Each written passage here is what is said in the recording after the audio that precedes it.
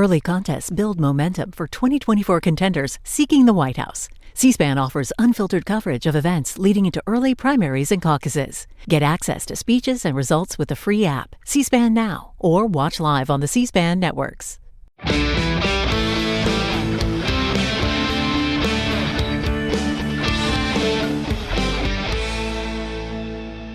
Way back in 2005, two brothers set off on a road trip that would save the world and change television. Dave and Buster? I'm going to give it to you, Buster. For 15 seasons and 327 episodes, Supernatural took audiences on a wild ride of family, fate, and faith with a rocking soundtrack and a seriously cool car. But that was then, Bobo, and this is now.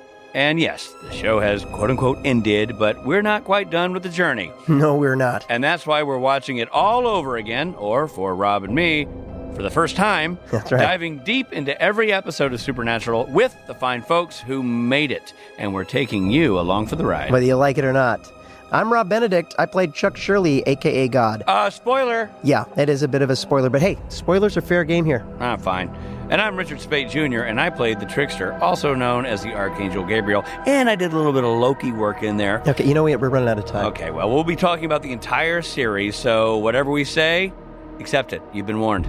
So buckle up and settle in. Because this, my friend, is Supernatural, then and now.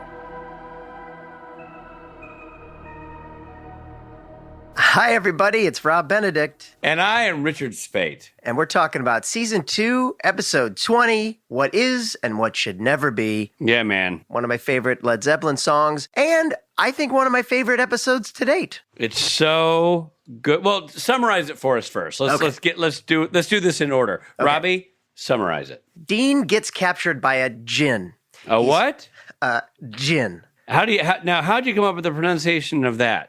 You just walked me through it before we started recording, but it's D-J-I-N-N. And what was the corresponding analogy I gave you? Like if you were ordering a cocktail from your friend Jennifer. Exactly. You'd say, "Hey, Gin, can you make me a gin and tonic?" Dean gets captured by a djinn he's hunting in an abandoned warehouse. He wakes up next to an unfamiliar woman, Carmen, in an apartment he doesn't recognize. He calls Sam, who thinks Dean is acting drunk. After some further exploration, Dean discovers he's in Lawrence, Kansas. He heads to his childhood home, where he finds Mary isn't dead. What? Mom's not dead? No. The djinn has granted his most desired wish to have his mother alive. He has given him a new reality where the demon never attacked, and John lived a normal life with his family until he passed away from a stroke. Wow. Now, at first, Dean really, I was about to say, Dean. That's the celebrity couple name if Dean started dating a djinn. Right. Dean. At first, Dean really enjoys his new life. He likes spending time with Mary and his girlfriend, Carmen. He even mows the lawn in December in Kansas. However, he comes to realize that he and Sam are very distant, even antagonistic in this reality. And Sam's very California, by the way. I just want to very California. You know, he never left college. This is the different Sam. Yeah. He starts to get visions of a sickly woman. He discovers that all the people he saved over the years while hunting demons are all dead. Dean visits John's grave and has a crisis of purpose. Why can't he enjoy this life? Why not? Why is it his job to save everyone? Why? He knows what he has to do. He has to find the djinn in this reality and kill it. Sam catches Dean breaking into Mary's house to steal a silver knife. Sam says he's going to come along. Dean and Sam find the warehouse. The woman Dean is seeing in his visions is hanging in there while being fed on by the djinn. Wait, she's hanging just like she's doing okay? Hanging in there? No, she's literally hanging from a rope, having her blood drawn from her by this. She's hanging in there. Yeah. Not hanging in there. By the djinn, which we haven't even mentioned yet, has a tattoo like none I've ever seen. I mean, his face is tattooed, his arms are tattooed. I wonder if the actor was really that tattooed. I doubt it. Dean concludes that he must kill himself in order to wake up. Sam tries to stop him. Mary, Carmen, and Jess materialize to talk Dean out of it. However, he does it. He does it, man. He stabs himself. Stabs the hell out of himself, then wakes up in the real world where Sam is rescuing him. The djinn attacks him, and Dean is able to kill it, saving himself and the mystery woman. Back at the motel, Dean is having mixed feelings about the alternate life he experienced.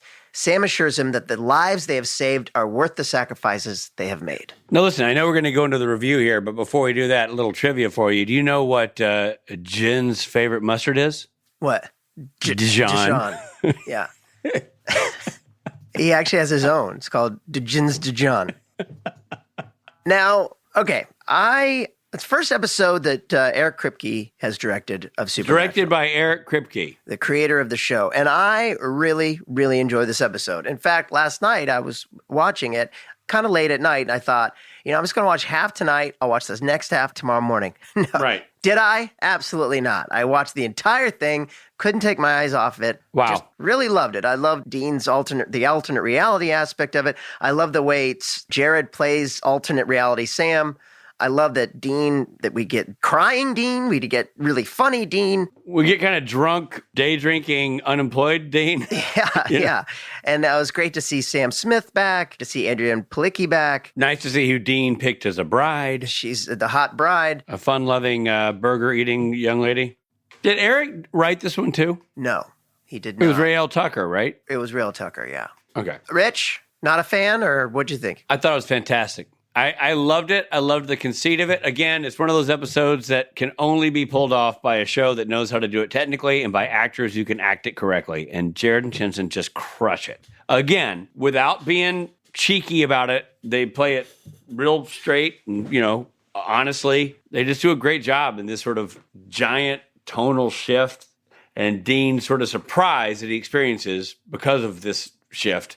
I mean, it's just so well done, man. Yeah, I mean, my synopsis doesn't do it justice. I mean, that you're finding it out as he's finding it out. You don't quite know what's going on yet, and you really don't.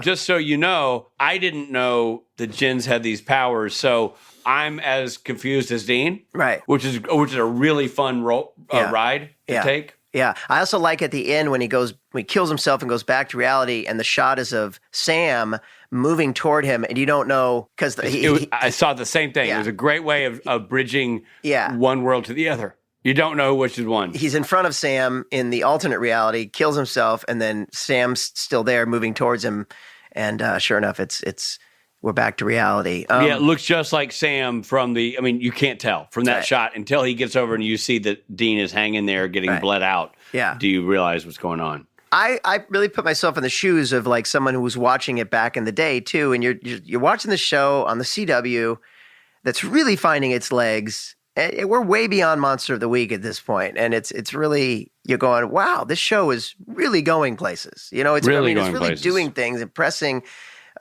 Pushing the boundaries of what this show is and what it's capable of. And I know we're just scratching the surface because you and I both know where it goes from here. So, really exciting. I thought it was great. And I'll go ahead and leap in here and say, man, season 2's been strong, real strong. I'm going Stapleton. I'm going full Stapleton. I didn't find any cheesy moments. I found it grounded. I found it honest. I found the scary part scary and the surprising part surprising and the humor humorous. I'm going full Stapleton. And I'm going full Loggins. Full Loggins for this guy. 1970s Loggins, I assume? Yeah, Loggins and Messina Loggins. Great job, Supernatural. Another home run. I think we should on our Patreon put pictures beard chart. Of what a 70s Loggins looks like, and what a Chris Stapleton looks like. I think we should do, and this will be great. And you're spot on, Rob. I think you should come up with your 5. You know how you've used 70s Loggins, 80s Loggins, and so you could do 1 being your favorite, obviously. Go back to 5. 1 through 5. This is my beard. Yeah. My rainbow beards, if you will. And I'll do the same thing. Yeah. And then we can have the chart up there on Patreon and people can see for reference what we're talking about. My beard palette. Yes, exactly. Let's do that. Okay, done. Consider it done. All right, well, let's get into our interview. We had the distinct pleasure of talking once again to our friend Todd Aronauer. Our dear friend Todd Aronauer. He's involved in so many episodes. Let's hear his take on this one.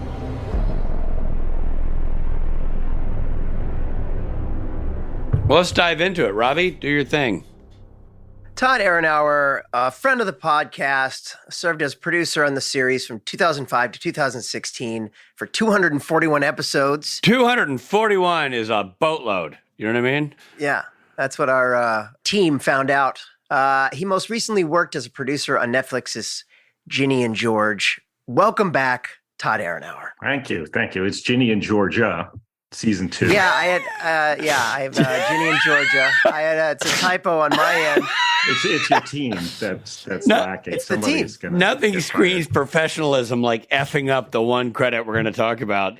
And the thing is, I knew it's Ginny and Georgia, but that just goes to show that I don't pre-read my intros. I did also just start a couple of weeks ago on What We Do in the Shadows, season 5. Oh my gosh, that show is great. Oh, dude, I'm such a huge fan of that show. Yeah. I've seen every episode. That's excellent.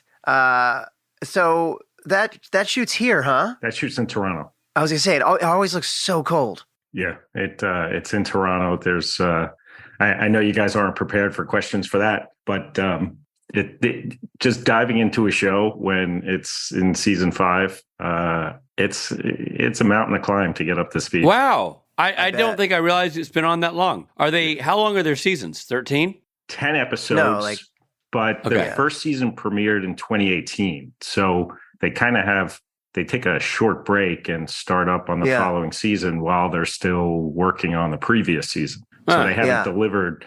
So they're picked up for, I guess I shouldn't say we're picked up for season 5 and 6. So we will likely still be working in post by the time we start up with season 6. Amazing. Wow. That's awesome. Well, that's good news because I'm a huge fan. And the most recent season, they got very, you could tell they upped the budget because the special effects got more intense. Every season. Is that right? Well, with every show, that happens a lot where the overall budgets seem to get tighter and tighter, but visual effects, along with everybody's salaries, gets higher and higher. Oh, that's good to know. And was that true for Supernatural as well? With Supernatural, because we had the in-house visual effects team, it really became just how much time do they have to deliver what the scripts are asking for.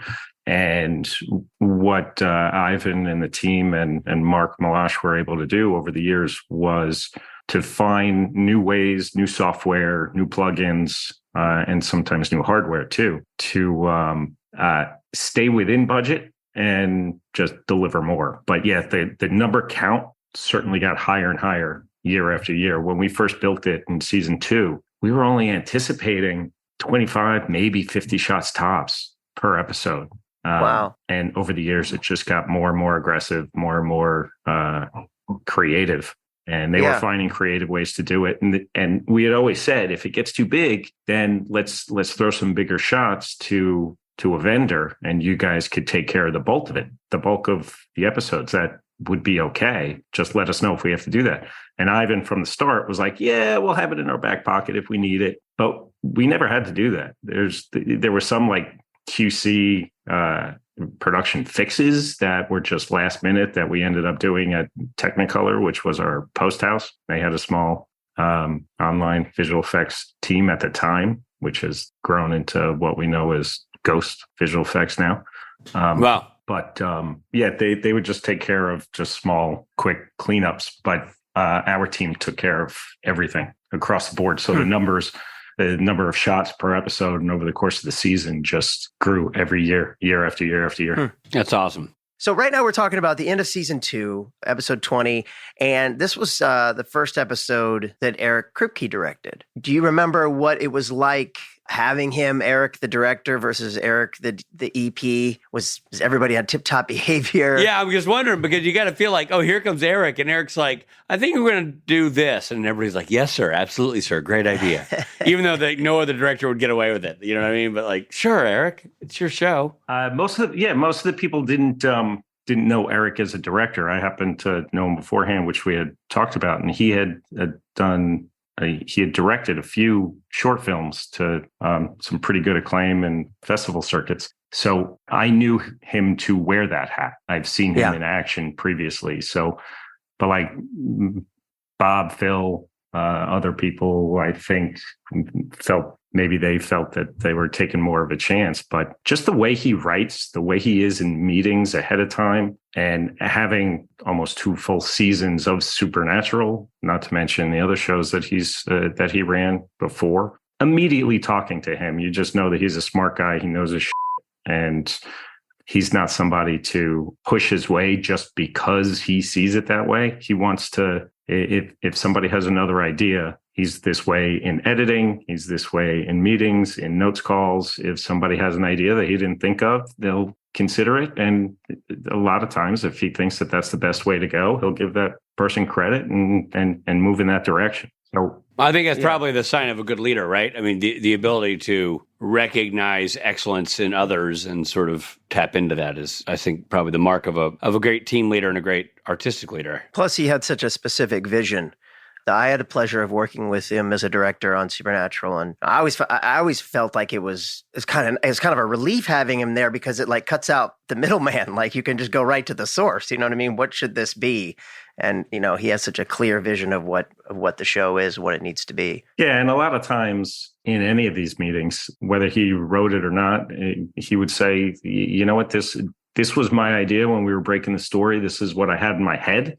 I understand it might not be portrayed that well on the page, but let's see what we could do in that direction. What are our options here?" And he knows the production process backwards and forwards, going through the pilot and season 1 and the majority of season 2 through production and all the meetings and everything that he was involved in. He really got to know the inner workings of what it takes to put an episode of Supernatural together from every which way. Bob was a great source of knowledge and experience, and he came to the show just going through the pilot itself. So by the time it got picked up, he was extremely prepared, and he just enjoys the process. He's like a little kid that he's a kid in the sandbox that has the toys that he invites everybody to come play with him instead of like keeping people at bay. He wants people to jump in and be collaborative and be part of the process. And part of being a director and being a leader and being a showrunner is to find ways to get the best out of people. And it's that type of attitude that makes people want to come to work and do their best. And how can we improve on this? This is Jensen, stopping in to say hey and let you know that we... Hey, this is Richard Spate. You know what? It's 2024. It's a brand new year, and I bet you made some New Year's resolutions, and I bet one of them was to eat healthier. Well, you can get cranking on that resolution right now, my friend, with Factor. Factor's ready-to-eat meal delivery takes the stress out of meal planning and sets you up for success in the new year. Skip the grocery stores, the prep work, the cooking fatigue. I'm getting tired just talking about it. Instead, get chef-crafted, dietitian-approved meals delivered right to your door. With over 35 meals to choose from per week, including options like keto, calorie smart, vegan, and veggie, and more, plus over 55 weekly add-ons, you will have a ton of nutritious and flavorful options to kickstart this resolution off right. Forget frantic lunch prep and rush dinner making. That stinks. Factor's 2-minute meals, yes, I said 2 minutes, are your secret weapon in the new year. You get to fuel up fast with restaurant-quality meals all delivered right to your door. It doesn't get any easier than that. And Factor now offers loads of snack options like breakfast, smoothies, juices, snacks, and more to keep you going no matter what's on the schedule. So I know what you're asking, Rich, how do I tap into this Factor magic? You head to factormeals.com/SPNTAN50 and use code SPNTAN50 to get 50% off. That's a lot off. That's code SPNTAN50 at factormeals.com/SPNTAN50 for 50% off. Make that resolution happen now and make it happen at a discount. Fantastic food that's healthy and delicious and delivered right to my door. Now that is how you start the new year off right. Early nominating contests build momentum for 2024 contenders seeking the White House. C-SPAN is the place for political campaign enthusiasts, with unfiltered coverage surrounding the early primaries and caucuses, as well as speeches from key battleground states. Whether you're interested in your state's race or want to follow all of the political events, you can get immediate access to what the candidates are saying, plus nominating results in real time with the free mobile app, C-SPAN Now, or watch live on the C-SPAN networks. We've got to take a quick break. I'm about to pop.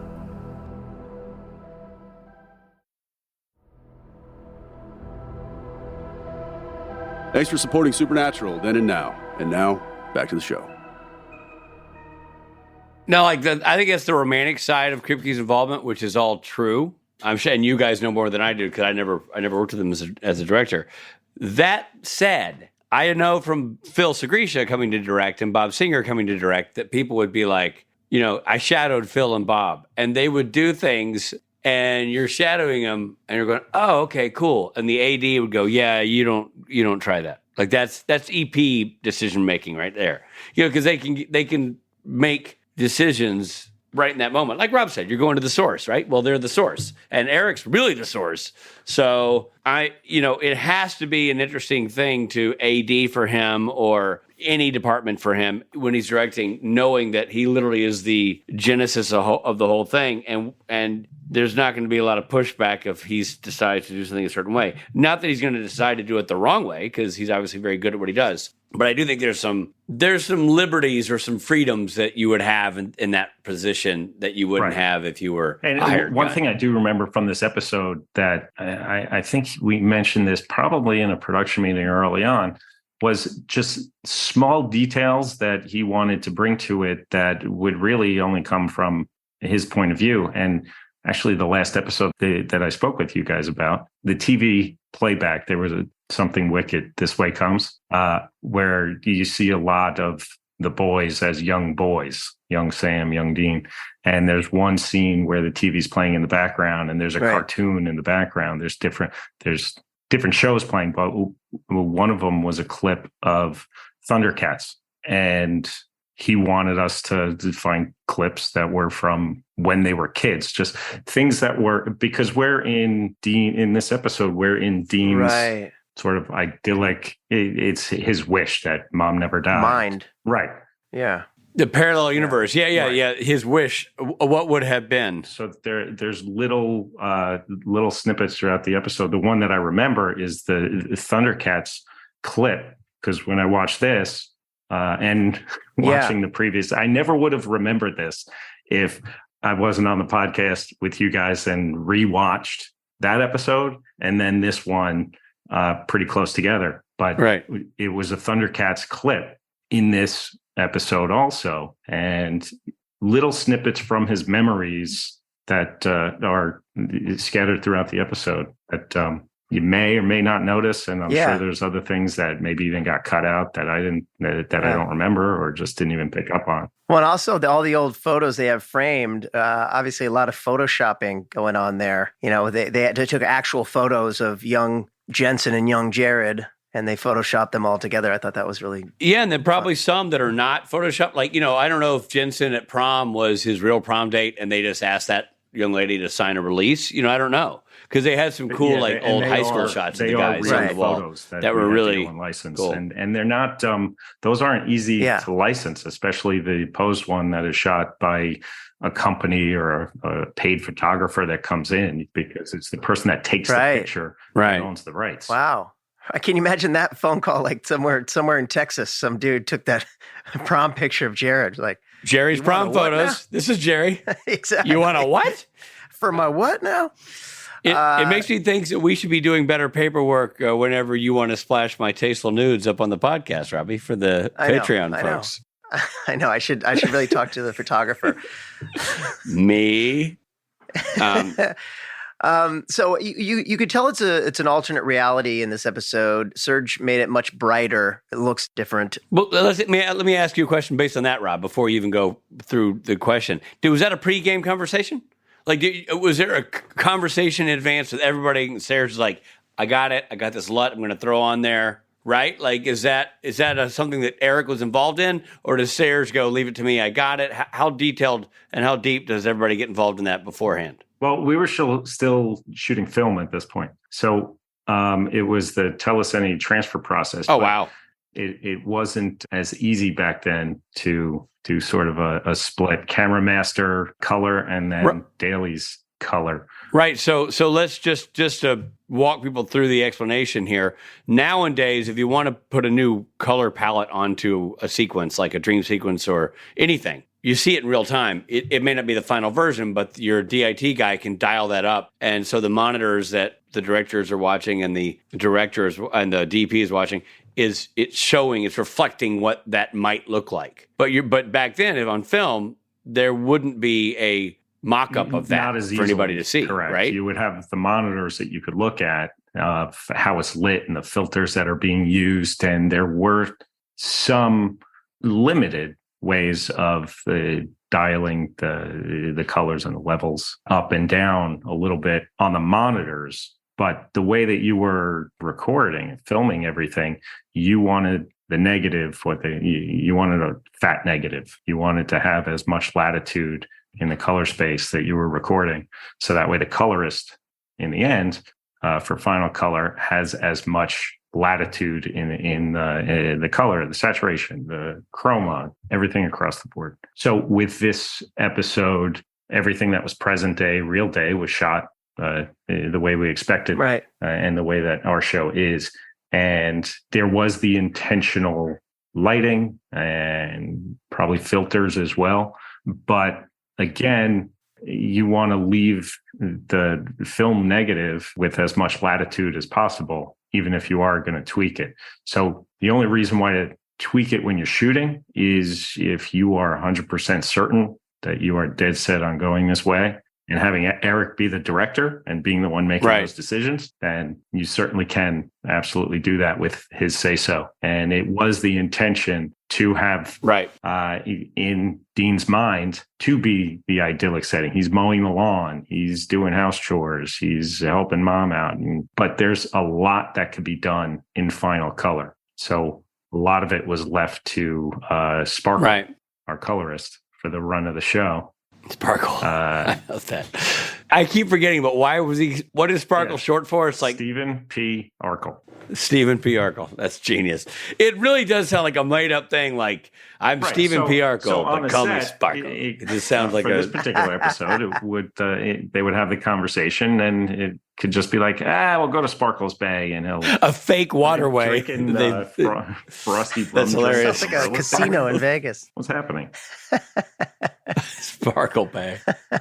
That's really funny. Well, Dean's moment at John's grave is always it's always a challenge for an actor, having a monologue to yourself. How do you guys make these moments interesting after they've been shot? You know, a lot of times this episode really showcased Jensen's just his range, because in this episode it shows it all. There's horror, there's a lot of drama, there's a lot of emotion, good comedy in there too. That great comedy, for this episode to switch from one to the other so quickly isn't easy. But it was episodes like this that showed us over the course of the series how much we can put on both of the guys and how much they can actually handle and bring to the table just when you're shooting. So the one perfect man tier. I mean, he was able to pull that off time and time again. And there really wasn't much needed. Sure, there's some score, but just in the framing and in the delivery of the lines, it's there. Yeah, he's so good in this episode. I mean, he just angers it so well, and everything Jared does is great as well. It focuses so much on Dean's. I actually think Jared's great in this episode as well, because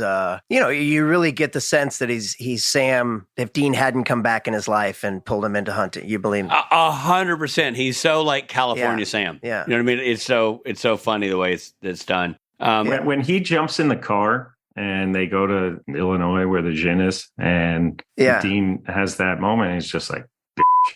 And for a second, you expect Sam to come back with a jerk. Yeah, I know. There were several things like that you're like, oh my gosh, I forget that we've just assumed that this is the norm, but it didn't necessarily have to be that way. Now, production-wise, I know they broke this into a couple of parts. I don't exactly know the details here, but we were told that it was shot in separate chunks to accommodate Adrian Palicki. Do you recall how that played out? Not enough to go into any further detail than what you guys already. I'm just wondering how broken apart it was. Like, I wonder if it was, they shot the episode and then came back 2 weeks later and did her days. I mean, I wonder how that played out in the execution of it all. It probably was either just before or just after. It wasn't too far apart from each other because by the end of the season, we're up against air. So there were other times. I could speak in generalities, just knowing where we were in the schedule and how close we were to air and delivery, and just knowing ahead of time when the script came out, they would immediately reach out to the cast members, the returning cast members, get their schedules and try to lock that in. Once they would find out that Adrienne wasn't able to make it, they would say, okay, when can you make it? And can we have her scenes ready early if she's coming in early, which we've done on other episodes also, where there was somewhere Jeffrey Dean Morgan wasn't available when we were shooting the episode. Right. We had to shoot a couple of scenes not within that episode's block. So right. I don't remember if it was earlier or later, but again, because Eric was the director, it makes it much easier. I shouldn't say easier, but less complicated to arrange. Well, you're not going to lose your director, for example. I mean, right. So he's working on the show, whether he's directing it, writing it, editing. Right. So it's just a matter of whenever it's scheduled, fly up there. It's already prepped and ready to go. So knowing that ahead of time makes it much more manageable of what the actors' schedules are. Right. I wonder what Palicki was working on. I wonder if it was Friday Night Lights. It's about that time, I want to say. So confirmed, Friday Night Lights. Hey, there Friday it was. Lights. That's a point for Robbie me. gets that one. Robbie, congratulations. You get Thank you so a hearty much. handshake. Thanks to everybody. Well, I just think this is a really terrific episode. I thought it was really well done. So well done. I was thank you. very invested. It's Todd. It was your finest hour. It has Aronauer written all over it. I agree. No, you know what? I tell you, Supernatural does this thing, man. They continue to do it. Aside from the great acting and clever writing, they shift tone so nimbly. You guys were able to do things in post and in the pre-production process, and obviously the shooting of the show that just shift seamlessly from one style to another. And in this episode, a couple of times within the show itself. So it's just amazingly well done and seamless in its execution. And there's just not a lot of shows now that could do it. There sure as heck weren't a lot back when this show was breaking new ground that could stand toe-to-toe with what Supernatural could pull off. And that's a testament to what you do, to what your team does, to what the pre-production team does. The post factor is massive, especially in a show like this. And it's just super awesome to see it play out and see how well it benefits the story. Well, the reason why the CW was able to last as long as it has was because it started with a show like this. Yeah, so good. Todd, thank you for being here. Thank you for being part of the conversation again. Yeah. Always a treat. Thanks for having me. We'll be right back.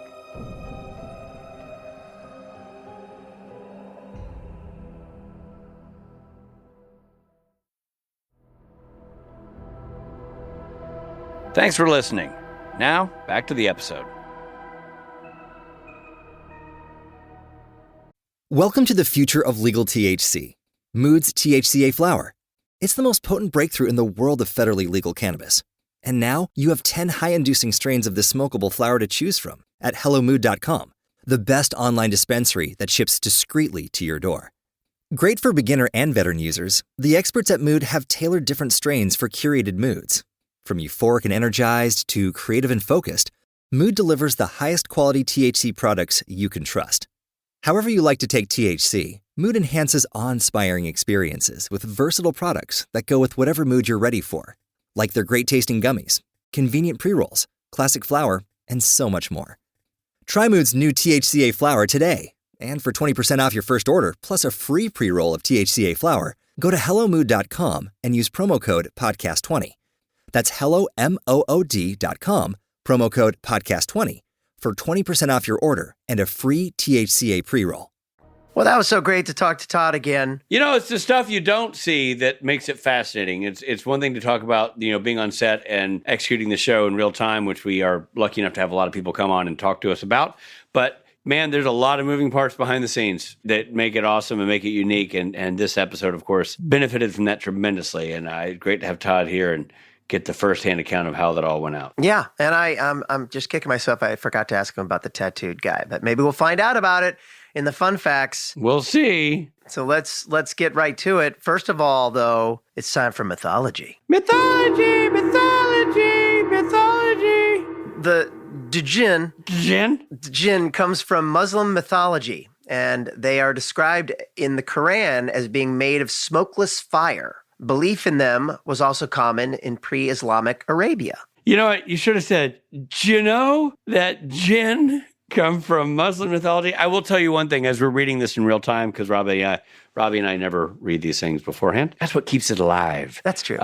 When I kind of looked at this, it said, I don't know why. I just glanced at it as you were reading it, and I thought Quran was Korean, and smokeless fire and belief became smokeless beef. So I just saw Korean smokeless beef. And as you're reading, I'm like, what does that have to do with Korean smokeless beef? Well, there's a great Korean smokeless beef place down the street. This is what happens when we do these podcasts too close to lunch. Exactly. For some reason, I really want a gin and tonic and Korean smokeless beef. Gin and tonic. The word jinn translates to both demon and a positive spirit in Arabic. So I could be a jinn, and you can also be a jinn. Right. And we're both being honest. Right. And we're both accurate. Right. But it's interesting because demon is a negative thing, but also a positive spirit. Well, if you're a demonist, sure it is. I mean, you're very judgy of demons. I'm saying not all demons. I mean, you're really stereotyping all demons as bad. And I think that's right. I see. brazen. Okay. All right. So I'm a demonist. Yeah. Okay. You're a demonist. The way the jinn feeds in the episode is unique to Supernatural. Eric wanted to do something visceral as opposed to mystical. I thought so because I thought jinns were really more of a peanut butter and jelly type of spirit. Right. But they went old school in this one, or new school, if you will. Yeah. No, they're kind of bloodsuckers, but also physicians because they're really, they're taking out through the vein. Have the IV bags handy. Exactly. Yeah. They don't really have to get the mouths dirty. Not like the vampires. They're a classier version. Exactly. Classy vampires tattooed up the wazoo. Hey, it's time for fun facts. Fun facts. Fun facts. So much fun. The title of the episode comes from a Led Zeppelin song that my band has covered called What Is and What Should Never Be from the 1969 album Led Zeppelin II. Awesome. The photos throughout Mary's home are real photos of Jared Padalecki and Jensen Ackles when they were children and young men. And you could tell. They really were. There's no fudge in that. That was young Jared and Jensen. Oh, yeah. Really fun to see that. The law book Sam is reading is written by Kevin Parks. Parksopedia. That's legendary first AD of Supernatural, Kevin Parks, who's been a guest on this show, by the way. Yes, right. They had to shoot around Adrienne Palicki's schedule because she had a commitment to Friday Night Lights. So obviously she couldn't work on Friday nights. They switched to filming a different episode for 5 days, then switched back to get her for the 3 days they needed. Obviously, none of those days included a Friday night. She's terrific in that show too, by the way. And She's so actually, great. And everything. That show has I think that is a rewatch podcast. I feel like I just saw that they just started one. Anyway, we don't care about that. We only care about this one. Right. Okay, here we go. Drum roll. The actor who played the Djinn, whose name is Mackenzie Gray, had to stay in makeup for 4 days. Because there wasn't enough time to add or remove them each day. They covered his eyebrows with a prosthetic so the tattoos would be continuous. Unbelievable. That guy had to sleep on his back and not roll around. I tossed and turned. I would have been a tattoo artist nightmare. Not to mention, because I would have been rubbing all thing all over the pillows. You know what I mean? Not to mention you can't go out. Oh, you can't go out. People don't want tattooed face guy going out. You just order in room service. And wait, why can't you go out? Hold on. Why couldn't you go out? I don't know. I would think that he'd maybe. I mean, I don't know. Nobody would mess with you. That's true. No one would mess with me. There's that positive. Yeah. Anyway, the tattoos looked awesome, and the guy did a great job. They looked amazing. I thought for sure they were real. I thought, this is one of the tattooed guys.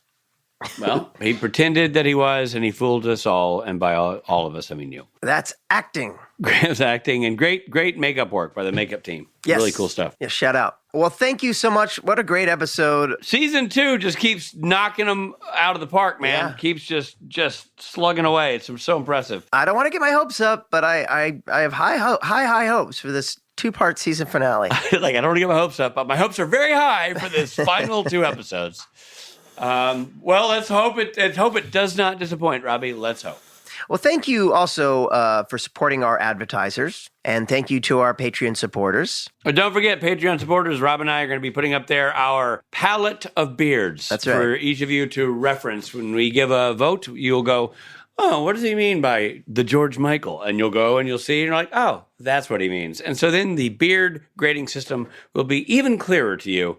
That's with right. Visual imagery that we will provide on Patreon shortly. That's on Patreon. Thanks again for the supporters and the advertisers, because these are the things that keep our podcast going. So, and you know what else is on Patreon, Robbie? Bonus clips, photos, unreleased content. It's great. You got to check it out. Yeah. All right. Thanks again. And we'll see you for the exciting 2-part finale coming up soon. Coming up next week. Yes, exactly. This episode of Supernatural features Jared Padalecki as Sam Winchester and Jensen Ackles as Dean Winchester. Guest stars included Samantha Smith, Adrienne Palicki, Mackenzie Gray, and Michelle Borth. What Is and What Should Never Be was written by Ray L. Tucker and directed by Eric Kripke. Edited by Anthony Pinker. Music by Christopher Leonards. Supernatural is executive produced by Eric Kripke and Robert Singer. The episode featured the following songs: What a Wonderful World by Joey Ramone, Saturday Night Special by Leonard Skinner. I didn't know Joey Ramone did that by himself and not with the Ramones. I didn't realize that either. The episode originally aired on May 3rd, 2007. This episode of Supernatural Then and Now was hosted and executive produced by Richard Speight Jr. and Rob Benedict. Produced by Stephen Hine. Written by Stephen Hine and Haida Holscher. And edited and associate produced by Trey Booty. What's up, Booty? Music provided by Tim Wynn. The episode was recorded with the help of Sonic Fuel Studios. This podcast is from Story Mill Media. Follow the podcast on Instagram and Twitter at SPN Then and Now. And join our Patreon at patreon.com/SPN Then and Now. Great. Fun. Boom.